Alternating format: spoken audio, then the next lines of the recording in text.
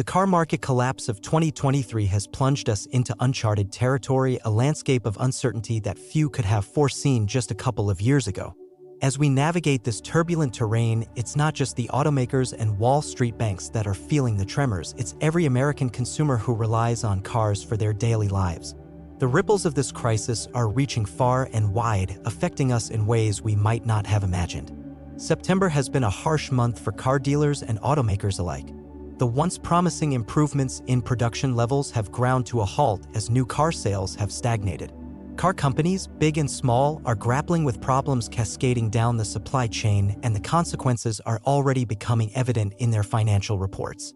Hyundai Motor North America's CEO Jose Munworth expressed his disappointment, bordering on desperation, as he lamented the slowing growth of the Korean brand. "I'm really disappointed with our evolution.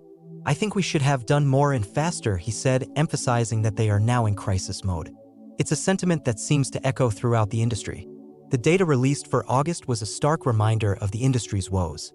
While consumer prices for new cars showed a slight uptick, it was a mere 0.3% increase compared to the nearly 4 percentage point surge seen a year ago. This suggests that new car prices may have finally hit a wall, at least for the time being. On the other hand, the used car market witnessed the sharpest August drop in over a decade, with prices plummeting by 6.6%. However, experts warn that this may not be the bottom. Popular models have seen up to a 30% decrease in value since January. Demand for used cars has waned and the supply has leveled out, resulting in longer times to sell. According to a study by iSeeCars.com, which analyzed 228,000 car transactions of 1 to 5-year-old used vehicles, top-selling new models are taking 29% longer to sell, and popular used cars are lingering on dealership lots for 26% more time in the third quarter. The numbers tell a bleak story. A used Tesla Model S now takes an average of 88 days to sell, with prices dropping from $69,877 in January to $65,216 by the end of August. The story is similar for other models like the Bicky version, Ford's Mustang Mach-E, Land Rover Discovery Sport, Cadillac's XT4, Tesla's Model X, Range Rover, Chevrolet Blazer, and many more. These price changes, while significant, are not just numbers on paper, they have real-world consequences for car buyers. This is especially true as higher interest rates make auto loan payments more burdensome. The supply-demand dynamics that initially drove up used car prices due to the lack of new car inventory have now shifted. There are plenty of new cars on dealership lots, but consumers are not rushing to buy them. This imbalance is squeezing car dealers' profits as demand continues to cool down. And just when it seemed that the car market couldn't face more challenges, the United Auto Workers Union (UAW) initiated a strike against the Detroit three automakers, General Motors, Ford, and Stellantis. This marked the first time in history that a union strike has occurred across three automakers simultaneously, involving more than 12,000 workers demanding better pay and benefits. The strikes have centered on one U.S. assembly plant at each company, but there's a fear that if no resolution is reached soon, the strikes could spread in both numbers and locations. General Motors, Ford, and Stellantis collectively account for about 43% of new cars sold in the U.S. The implications of this strike on the supply chain are enormous. If it continues for an extended period, it could strain the supply of popular vehicles, leading to a surge in car and truck prices. Economists like Michael Ferroli from J.P. Morgan warn of the potential economic repercussions, as a month-long strike could create severe supply-demand imbalances and potentially increase vehicle prices by approximately 10% for affected models.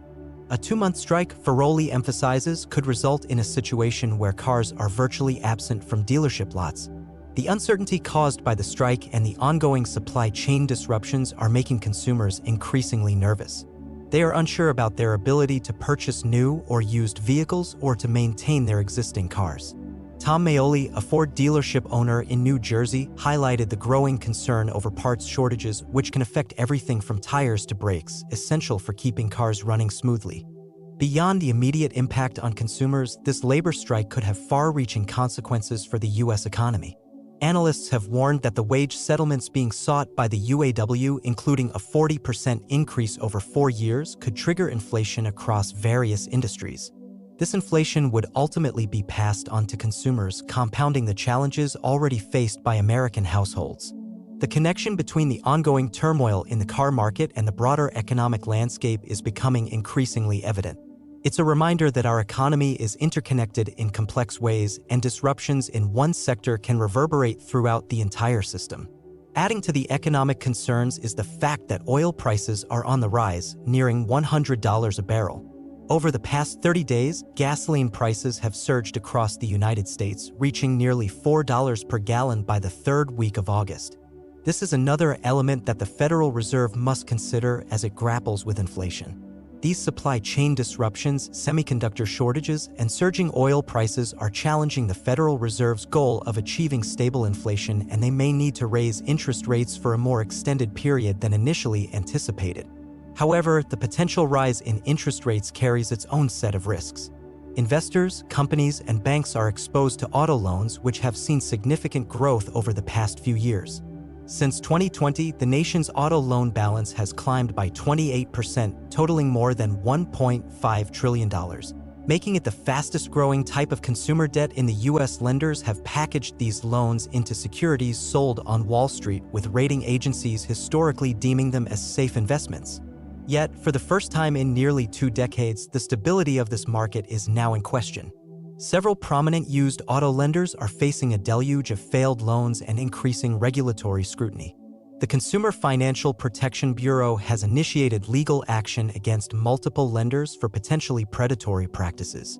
The signs of trouble began with the sudden closure of American Car Center in late February, followed by the collapse of U.S. auto sales a few months later. Delinquency rates and defaults are surging, with the highest number of subprime borrowers behind on their auto loan payments by 60 days or more since at least 2017.